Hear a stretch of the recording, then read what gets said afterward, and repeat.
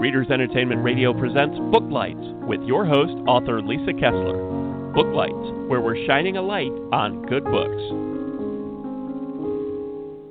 Happy Monday, everyone. I hope 2021 is going well so far.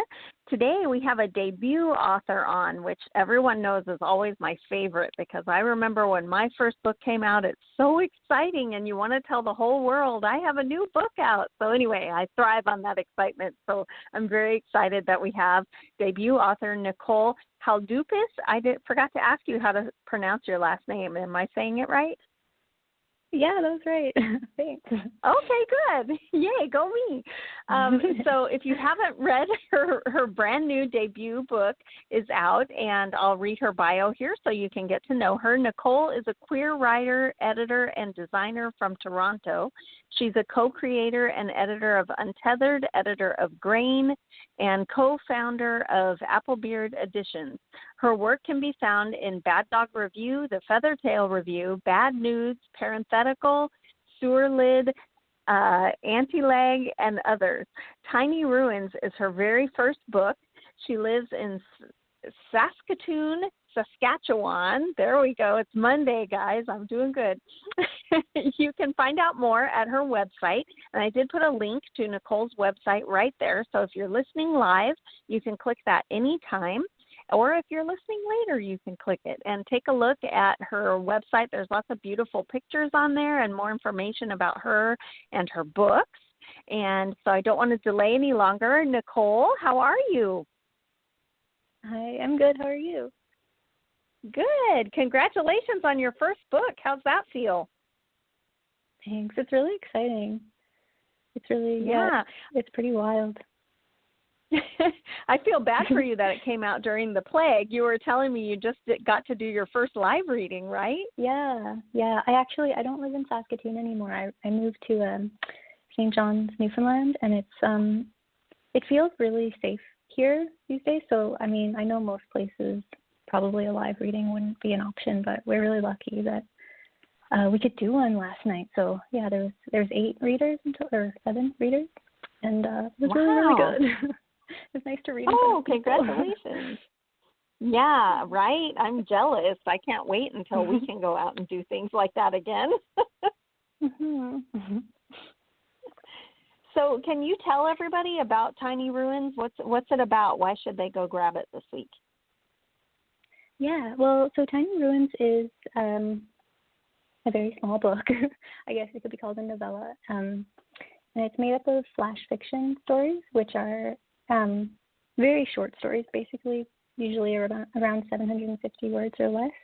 And it follows 2 sisters, it follows one sister, one of the 2 sisters. Her name is Alana, and it follows them as they grow up together, sort of, and apart.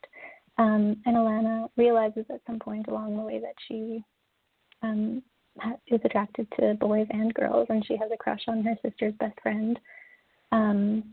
And it sort of goes into that a little bit in her feelings about all of that and figuring it out.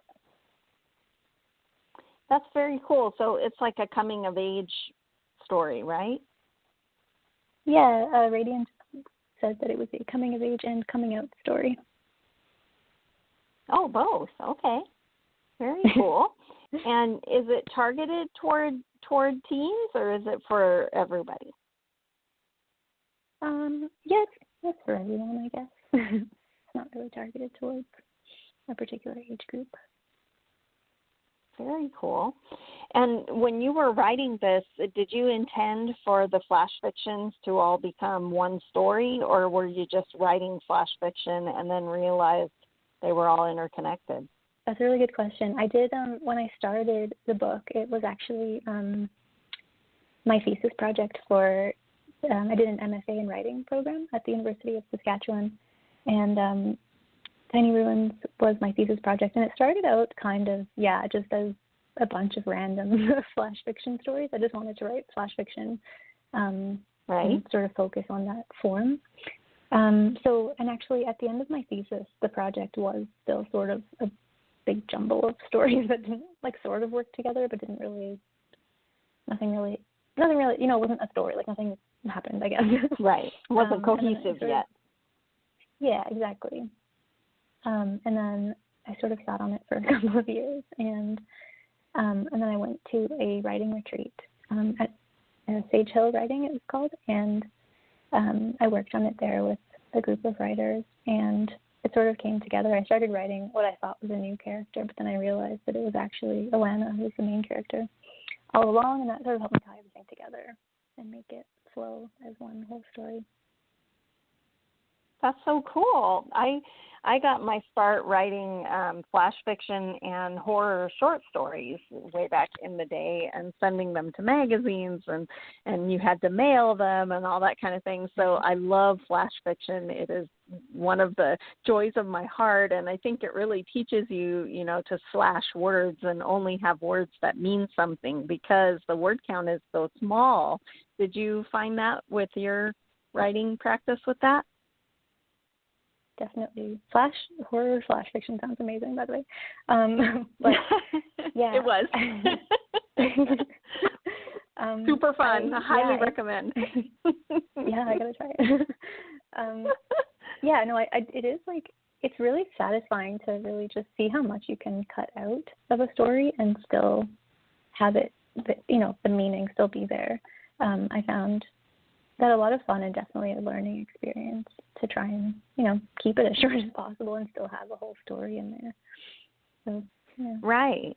Yeah, and it kind of makes your words, it makes your story really ping. It makes it really true, because you're not wasting, describing things that aren't really going to matter. And I think it's really a cool format that a lot of people don't do anymore. So that's really cool that you took the time to pull them together. I remember Ray Bradbury, when he did The Illustrated Man, it was kind of a bunch of short stories, and they told him, but we want it to be a novel. And he said, well, okay. And he made them all go together. And I think that's really neat that you did that. Thanks. And you have a little piece of it that you wanted to read, right? Do you have a little excerpt for everybody? Yeah, for sure. I can read. This is the second story in the book, and it's, I think, probably my favorite one. It's definitely my go-to reading one. So this is called Tough Pants. Mary with the brown bowl cut and the squeaky voice was their leader. She gathered everyone into a circle in the schoolyard by the far end of the track near the dumpsters. The wind blew her hair in choppy sections as she stood high on the cement hill. Okay, someone smells like poo, Mary announced. Another girl chimed in. I smelled it too, way back there, and gestured to the grassy corner where they were playing an hour ago. All the other little girls nodded in agreement, and a few uttered a, yeah, or it does smell like poop. Alana stood in the circle and agreed with the other girls, her pants filled with poop from her accident earlier in the day. She didn't know how to deal with pooping in a toilet without help from her mother. No one seemed to notice that the smell was coming from her, and she was determined to keep it that way as long as possible, maybe even forever. Okay, we're going to do a vote, Mary decided. So whoever didn't poop their pants, say aye at the count of 3. 1, 2, 3. Every single little girl in the group, including Alana, chimed in with an aye in unison, loud enough to make the older kids on the jungle gym look over to see what they were doing. None of the other little girls found out who pooped their pants that day. Alana went home in the afternoon and sobbed her way to the bathroom, where her mother helped her clean up. That's all. Oh, that's it? Yeah, that's it. Okay. Very small. So obviously, Alana had a different kind of childhood than most. I mean, I don't know. I read the story last night at the reading I was telling you about, and a few different people came up to me and said that they had a very similar experience when they were a child. So. Oh my gosh, that their parents said you do this at home. Oh, well, I think it's mostly she just didn't know how to do it yet. Like she wasn't old enough or hadn't figured it out yet. And, Oh, okay. I don't know. My horror background, of course, I'm like, wow, what kind of thing happened to her? I didn't equate that she was just really little. Yeah, I think she's supposed to be like 3 or something in that. I see. Okay. So what was your writing journey like? Did you always want to be a writer? Did you join a writing group? How did that all happen?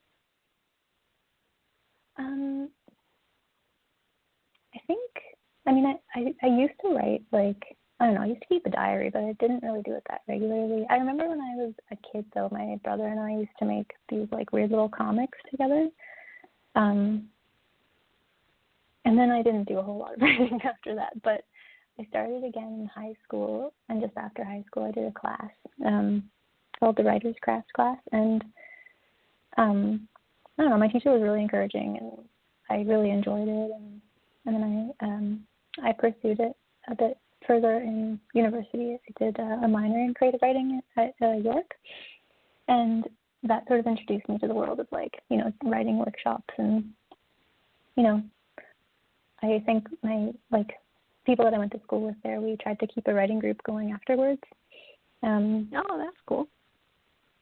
Yeah, and I feel like writing groups are so valuable. I feel like I've been in a few different ones, over the course of my life, and they're really so valuable to just have friends and other writers who you can share your work with and exchange feedback. Yeah, and it sounds like you've had a lot of experience with magazines and editing and all that kind of thing. How different is editing for you from your writing? Do you have to use a different part of your brain? Oh, yeah, definitely.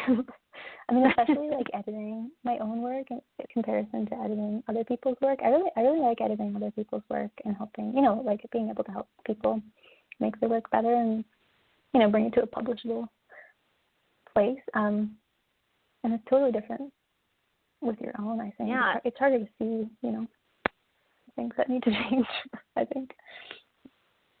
Right. Without help from other people. And when it's in a magazine, you have to worry about that word count too, don't you? So it's kind of the flash fiction and the magazine editing, do those sort of go together that you're like very, trying to parse those words down? Sort of, I guess. I don't know. I haven't really had that experience with editing. I guess, we do have to keep things to a certain length, but we usually decide that, I guess, beforehand, like with how many pieces are going to be accepted into, any given issue. So it doesn't usually include a whole lot of, cutting things down. And the writers are good about turning it in at the right length. Yeah. Yeah, usually. So what was your inspiration when you were writing these stories for Tiny Ruins? Was it like an assignment for your thesis, or what inspired you to write about Alana?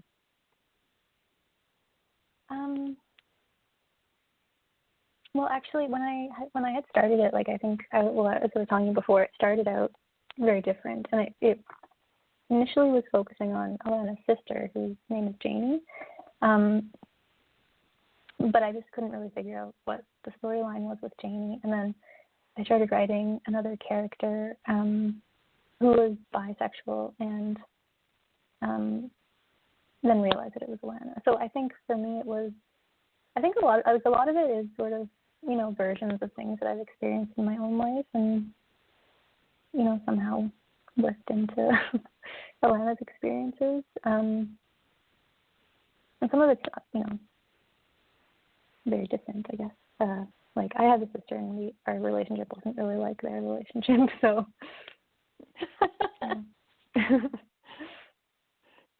Well, what's coming up next for you? What are you working on next? Is there going to be a sequel to Tiny Ruins? Is it going to be different? That's a good question.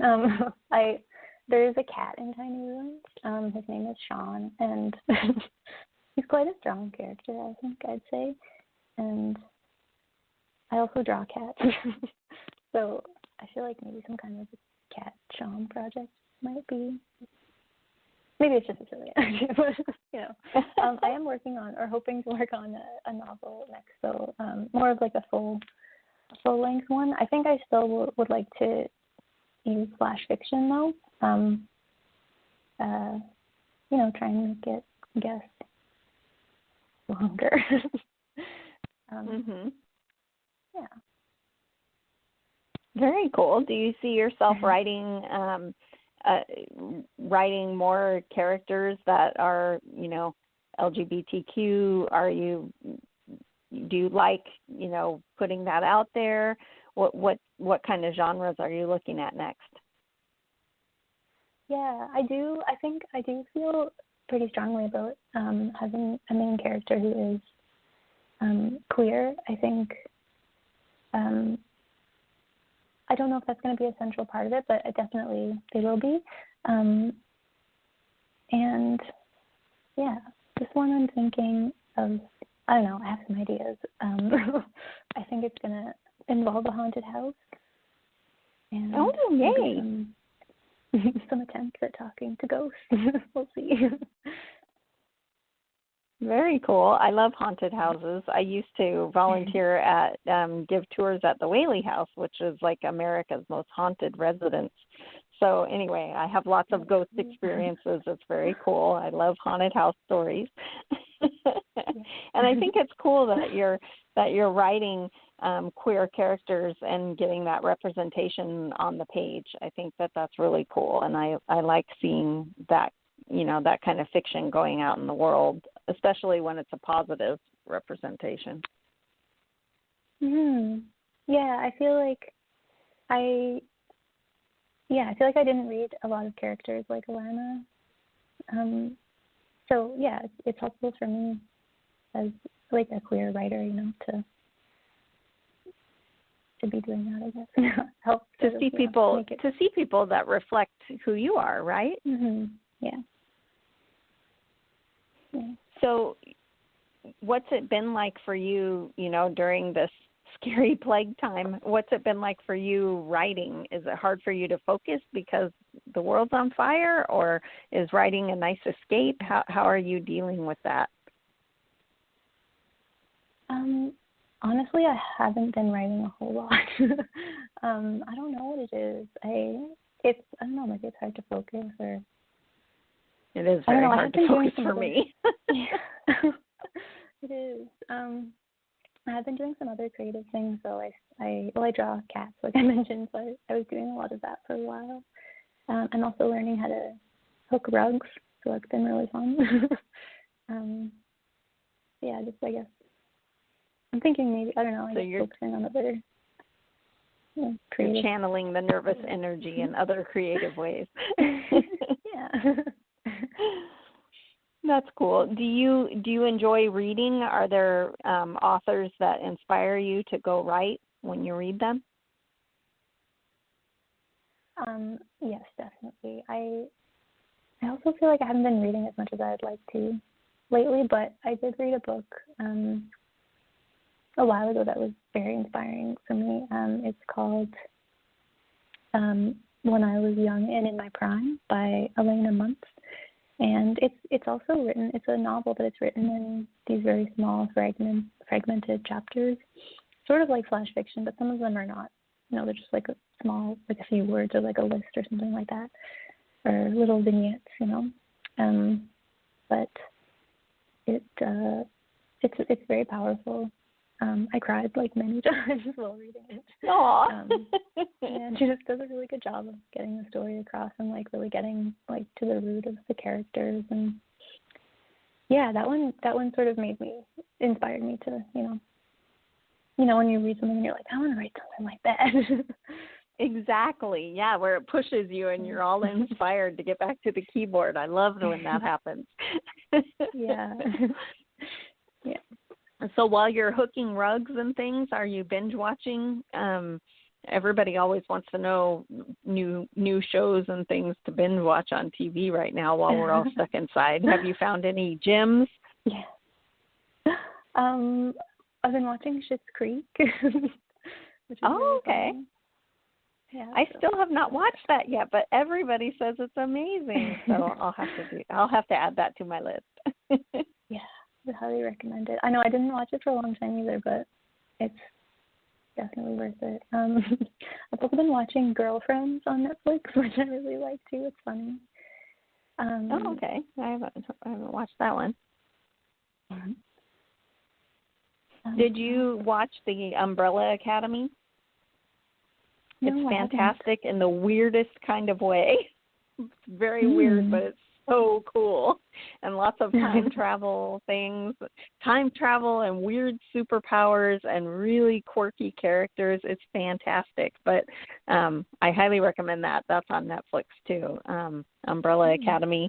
And I just finished Cobra Kai, which I thought would be cheesy and silly, but it's such a great, it's so well written. I'm in awe. It's just really great. And I saw I'm trying to remember which author it was on Twitter, but I saw someone on Twitter who was saying kind of the same thing, that they thought it was going to be, maybe it was Jonathan Mayberry, that they thought it was going to be silly, and it's actually a great study in character development.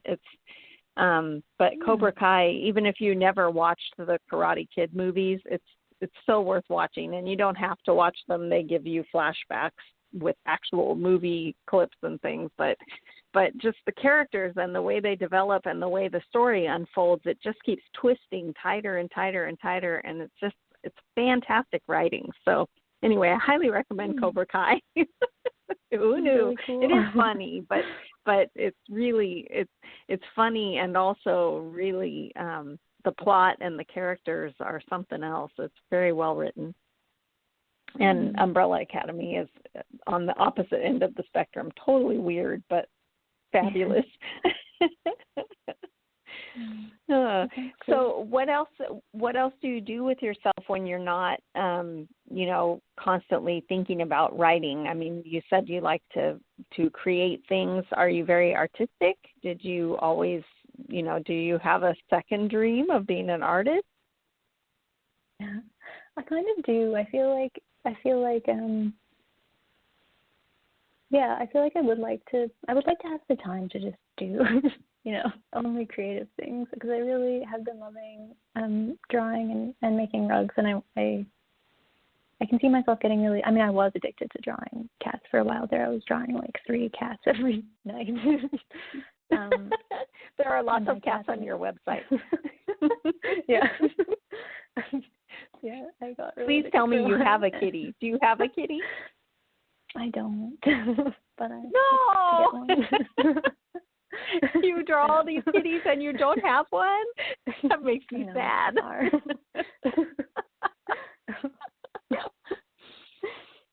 Yeah, I don't know. I'm working on my first big rug right now too, and I feel like, I know it's new for me. It's I did a few little ones, and it was my first big one. It's taken a really long time because I had to have my appendix removed a couple months ago, and then just like sitting with the frame on my lap was uncomfortable, so I had to stop for a while and just been slow getting back into it. But I want to make some big rugs, and I really want to finish this one.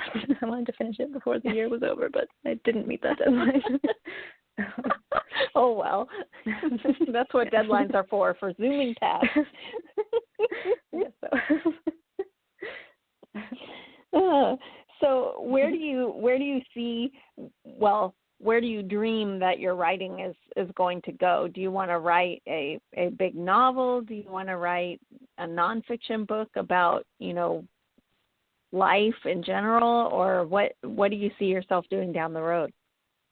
I think I always gravitate for reading. I always gravitate towards novels. I love reading novels. So I feel like it would be nice to write a novel. That is good. Right. I don't know. I did really like nonfiction for a long time too, though. That might be interesting to get back into, but I haven't really done it in a while. But it is a really fun genre to do. Yeah. You can do so many things with it. Right. Well, and you have such an interesting background with all of the magazines and all that kind of thing. So I would think maybe, you could network something cool. Yeah. kind of would like to get into art writing too, like writing about art. I'd like to learn how to do that. I don't really know how. Oh, that would be cool. Mm-hmm. Be like, not like a critic, but like write about different art styles and that kind of thing. Emerging artists, I don't know. It would be so much fun if you could, try all these different things and we didn't need to eat. That would make everything a lot easier. But because we have to make money and eat, we have to have grown-up jobs.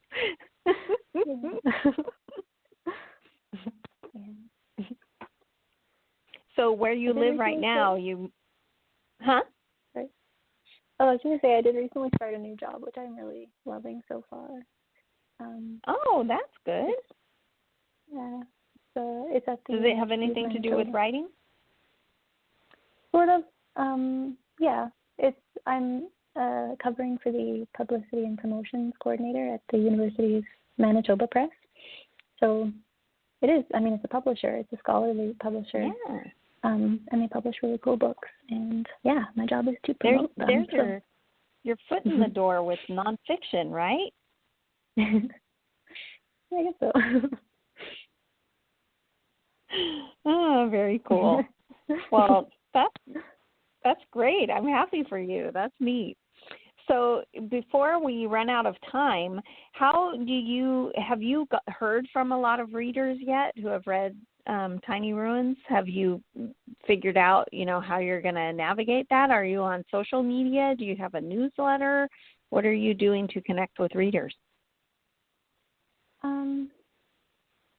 That's a good question. I am on social media. I like Instagram the best personally, but I have Twitter and Facebook as well. And if they wanted to find you on Instagram, what's your handle on there? It's Nicole Haldoupis. Okay. And I don't know, Goodreads has been interesting. There's, some reviews on there. I feel like it's mostly my friends and family right now. I think my cousin said she read my book 3 times, which is really, really sweet. Aw. You gotta love family support, yeah. Right? Yeah. So wonderful. Well, from an older author, don't forget to set up your newsletter, because if Instagram goes away next week, you don't want to lose track of all of your readers. So get that set up. Okay. But everyone should definitely go check out Nicole's website, because it's beautiful and there's lots of information on there so that you can find her. And again, it's Nicole HALDOUPIS.ca, and there is a link right there on the Blog Talk site so that you can get in touch with her. Do you have a contact page on there if readers wanted to write to you? I do, yeah. There's a contact form, and I think my email's on there too. Yeah, because please, if you love Tiny Ruins and those stories speak to you, reach out and let the author know, because it's so inspiring to us to write the next story when we hear that, the words made a difference. So be sure to let Nicole know so that you can fire her up for her next book. Thanks. Really right, Nicole? Yes. Okay. Well, thanks so much for being here today. And everybody who's listening, please go check out Tiny Ruins. Thanks so much. Thank you so much. Thanks for having me. Thanks for joining us on Booklights. Be sure to connect with us at www.readersentertainment.com for articles, blogs, videos, and podcasts that matter to readers.